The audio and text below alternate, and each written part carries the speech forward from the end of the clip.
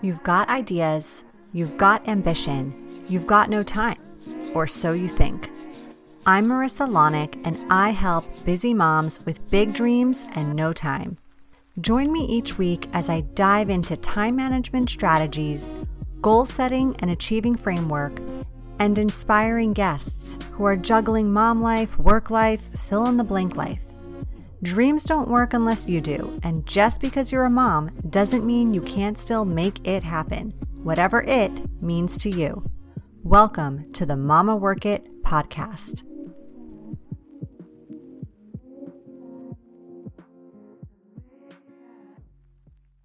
Hey mamas, and welcome back to another episode of the Mama Work It podcast.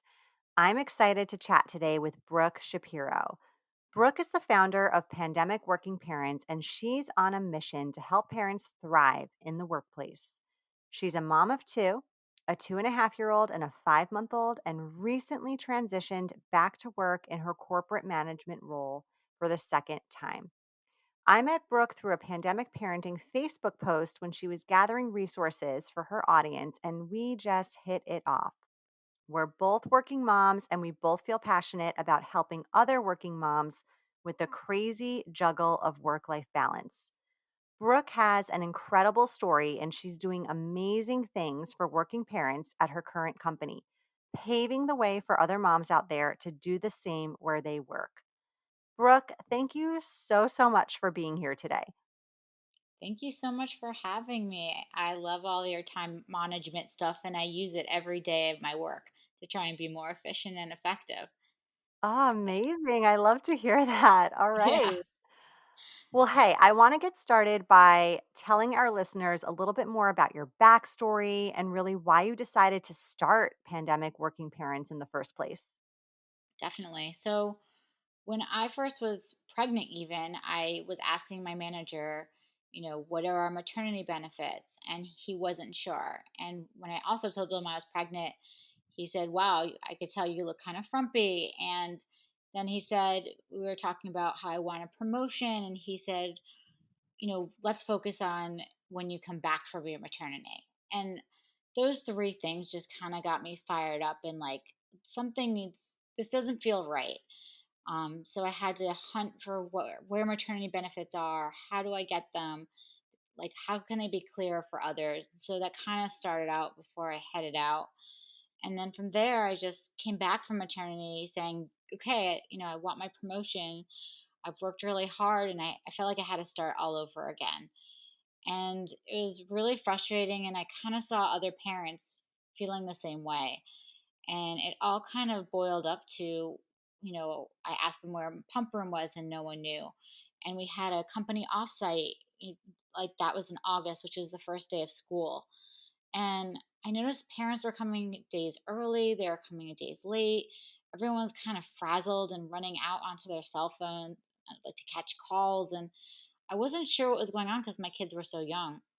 So they just, I was talking at the bar with some moms and they said, it's the first day of school. I missed my kid's first day of kindergarten. Or dads were saying they missed their kid's first day of soccer practice. So I just felt like we needed to make awareness at work when some of these key dates are so that it makes it easier for working parents. So I just started a Facebook group for moms to post pictures of their kids' first day of school, which just kind of cheered us up. And then it turned into Halloween, and then it turned into sharing parenting articles, and just kind of snowballed from there.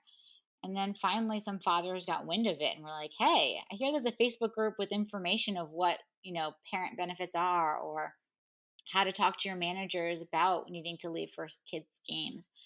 And so I was like, hey, you want a Facebook group? And they were like, no, we won't use that. So I just talked to our IND director and said, hey, what can we do for parents? How can we make them thrive in the workplace? Can we start some kind of group similar to how we have Black groups in our Asian community groups?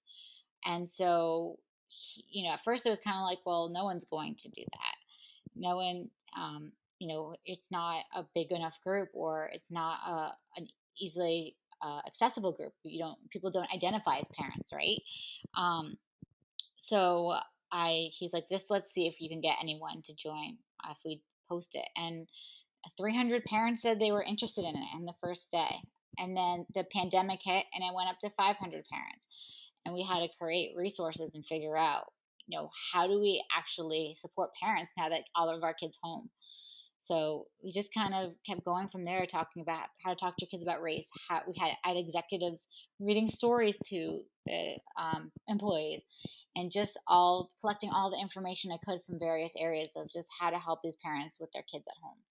So that's how it all started.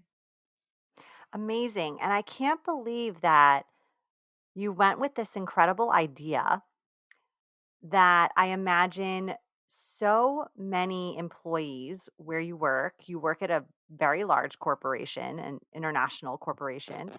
Um, and the first response was, well, are you really going to get enough interest? Like, how can that be? Yeah. Yeah, especially with, working in corporate America, so many parents are there, economies of scale. There's two parents mostly for every child. And so I think it was just something that didn't seem visible, right? It wasn't a skin color, it wasn't a gender, it wasn't a sexuality per se. Um, that was very highlighted. So I think it was just one of those things that the pandemic, as awful as it's been, really bubbled up that was needed.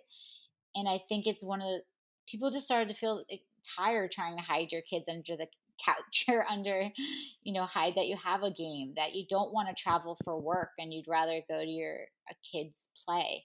And I think it just got to a boiling point where everyone just needed the help and couldn't hide. Yeah, agree. Yeah, you're having these conference calls and Zoom meetings and a kid's standing next to you or coming into the room from behind or sitting on your lap or something. And I mean, we shouldn't be hiding the fact that we're parents, but anyway, let's keep going. Why do you think, Brooke, so many companies lack formal support and resources for working parents? Like, what is even going on here? Yeah, I think it's kind of a blame game. So it's like, is it the government's job to be helping, since, disability and all those types of benefits come from the government, and the government should provide childcare resources? I think it could be something along the lines of, again, you can't see someone's parent. It's not easily stamped on their forehead. It's not something you get to talk about every day. You try and pretend that you don't have bags under your eyes when you didn't sleep through the night. Or you try and pretend that everything's okay and you weren't just screaming for 2 hours before you walked into an office door to get your kids out. And so I think it was just one of the things that no one realizes. And a lot of pushback also I hear is it's just one group. Like, it's just one segment as parents. It's how do you make it equal to all the different groups? So for parent groups, we need benefits, we need resources, we need career help, we need, a lot more things from HR, support from HR, versus people without kids. They would want just pet insurance, or they may just want, to be identified by their gender or race. It's not as it doesn't cost, I guess, as much really as companies would need to just provide all the benefits that we need for childcare and support. So, I mean, you started the parent employee resource group at your company after your return to work, right, with your first baby and out of a need for yourself, but also because you saw that for so many other working parent colleagues you had, there was this need as well. Looking back and now knowing what you know, do you think you would have done this sooner, like before you even went on maternity leave, either to help you with pregnancy support or just to have peace of mind when you were returning to a really supportive environment when you came back? Yeah. So before I even had my son, honestly, I remember looking around like a event we had at work, and I was like, where are all the women? Like, why is it just all men up here? Where do the women disappear? Like, do we fade into the apocalypse? And so I reached out to the highest level woman I knew, who wasn't like an executive even at the time, and I was like, where are all the women? And she was like, well, we become a lot of women become moms, and it's important we choose to prioritize our kids over our careers. And so we don't have the time to dedicate for all this travel. We make choices. And at that time, I was just like, I don't understand, because I didn't have kids. I didn't get it. And then when I found out I was pregnant, as I said, like, that's when I realized there's nothing for you. There's no support system. It was whispering around to find someone who knew what the maternity policies were. It was searching around a web to file it. It took me 13 hours to file my maternity leave, and I know the policies. Just the calling and planning of how you find out your pay. So I really wish from a maternity standpoint I had done something sooner, and I had, even thought into the future to make it easier so that someone knew what to do in a pump room, like had information. When they returned, even just something as simple as flowers. There's a company called the Returnity Project, and they give you boxes, when parents return to work. And I always thought that was so nice. Instead of just sitting at your desk crying, like I honestly did my first day back. And it just, I wish there was more support. I had done it sooner so that others would never feel as hard and sad as I did. Yeah. Yeah. There are a lot of great companies I see popping up with similar missions. And I just think it's great. It's so needed out there. I think as a mom who has gone back to work now after 3 maternity leaves, and now you have done it twice, I don't think it ever gets easier. I mean, I think maybe with your first baby, it's just scarier because it's the first time you're ever doing that. But even with your second and third and fourth and whatever, I mean, it's hard. It's hard to leave a baby. It's hard to go back to the daily grind. It's hard, especially if you don't have that super supportive environment going back to transition into this new phase of your life. So, I'm so happy to see that that's being recognized more often, but I do think there's still work to be done. So, let's say you're a mom listening, you work for a company similar to the situation you were in, where it's not a huge known benefit around, you're kind of unsure what this looks like, or you have done this and you're like, there's nothing here. So, what are some ways you can start your own parent employee resource group at your company? Yeah. So I think the easiest thing is when there are Slack channels or Microsoft Teams, just starting to compile a few of your friends, just to start posting articles, to start having Zooms or meetings just during lunchtime to have different topics. The biggest success I would say for us was to include fathers as well, not just say it's a mom's thing, is when you can say at a company that's for fathers and mothers, or honestly, even extending it to caretakers with people who might be taking care of your parents, because I actually do that as well. And that's harder because they're not going to listen. Your kids, you can put them in timeout. You can't do that, your parents. Um, so I think just starting, Slack channels, having just once a month um, sessions of hopping online, talking about topics, talking to your HR and your IND directors about, is this something we can make formal? There's lots of different third parties out there that can also help you carry the weight.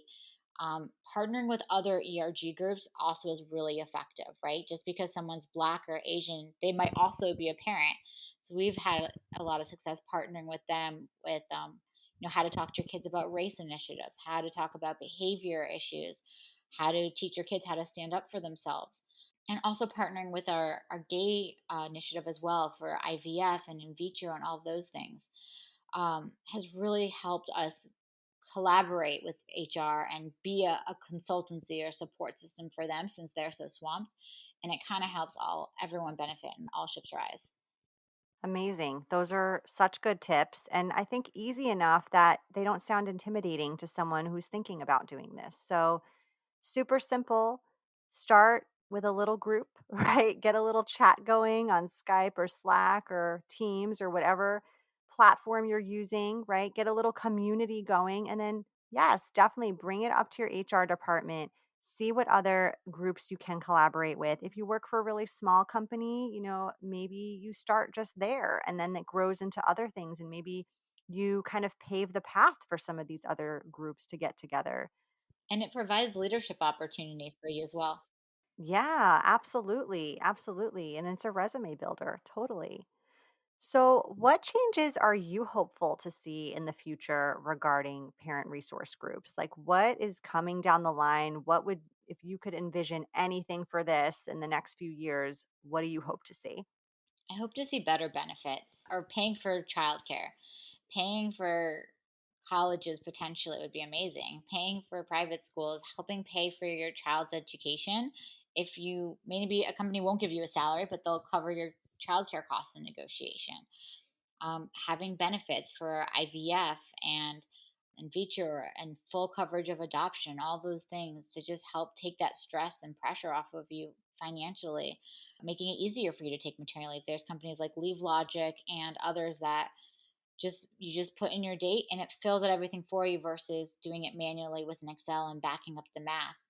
There's just more classes and support and education. So while you're at work, you don't feel like you're just giving your kid away. Like just having behavioral classes, having talking about if your kids have autism, mentorship. If you have one kid, someone has two kids, how to help out, or even I always dream of having clothing swaps. So when you come back from maternity leave, you know someone who's came back 3 months ago and can just keep swapping clothing. There's just so much companies can do because there's economies of scales and you're all in one place and you all are working together and on the same sort of schedules, that we can really do to help. So that's my hope for my employee resource group and what benefits can do. My God, those are phenomenal ideas. I mean, I feel like those are things and so easy, I think, for companies to implement because if as long as there's an interest there, I mean, I feel like all you'd have to do as an HR team is send out an invite and boom, you'd have 20 moms bringing in shopping bags full of clothes to swap. I could so see that happening, right? Mhm. Yeah, that'd be great. I want to switch gears a little bit because, our audience are busy working moms, as you know. And my whole thing, as you know, if you've been following me, is I'm big on time management and productivity and just kind of living your best life by taking control of these situations. So I always like to ask my guests in advance of the show their non negotiable thing they do to manage their time and their sanity. And Brooke, your answer did not disappoint. And you probably get top points for creativity and deliciousness. So tell us a little bit about what you do every night and why this all came to be. Yeah, so every night after I put my kids to sleep, I go into the kitchen and I eat a pint of ice cream.